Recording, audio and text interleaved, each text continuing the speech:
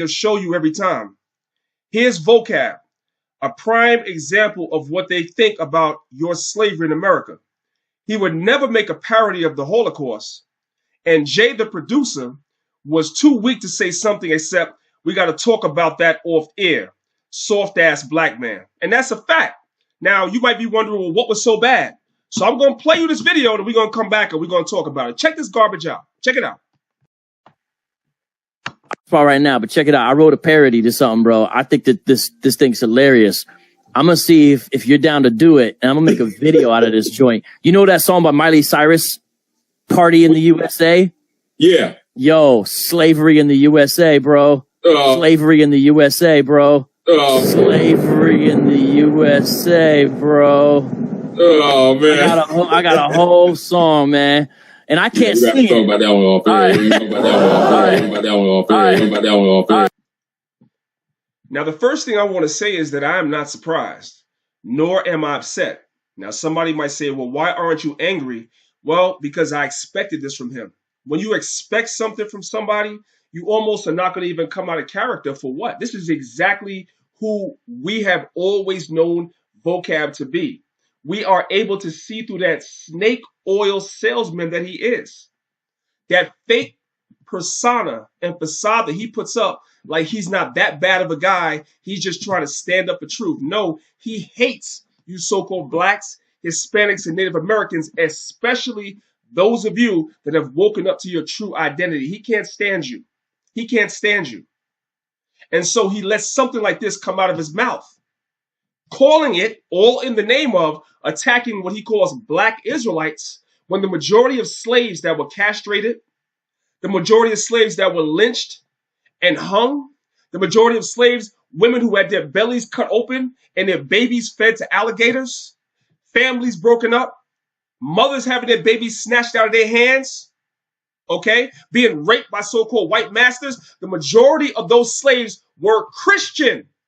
They weren't really Christian in terms of the religion, but that's what they followed at the time. They followed the religion of their slave master. And that is who you're mocking.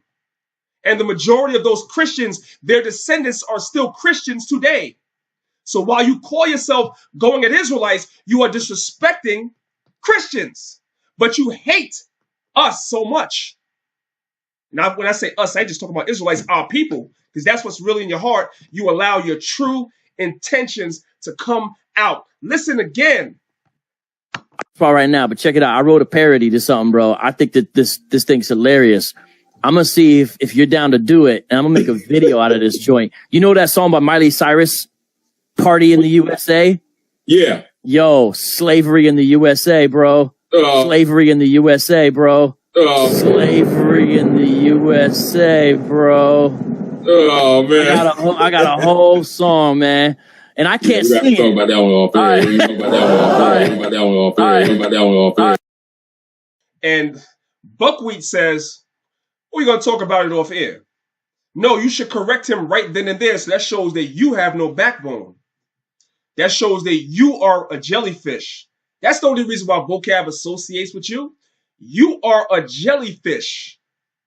You have no backbone. So you will sit there and allow the so-called white man to disrespect your ancestors. He would never do that to a so-called Jew. Never. Or anybody else that went through half the stuff that so-called blacks, Hispanics, and Native Americans went through. And don't compare our oppression to nobody else. Nobody else went through what we went through. We were stripped of our nationality, our God, our mores, our folkways, our laws, statutes, and commandments, our nationality. That didn't happen to nobody else. Now, I'm going to tell you something. When the dark nations had Israel in slavery, they didn't do that to us either. We kept our nationality. It was when the white man came into power, like during the time of Antiochus, that said we could not call ourselves Jews no more. You see? And you sat there and allowed the so-called white man to disrespect your ancestors.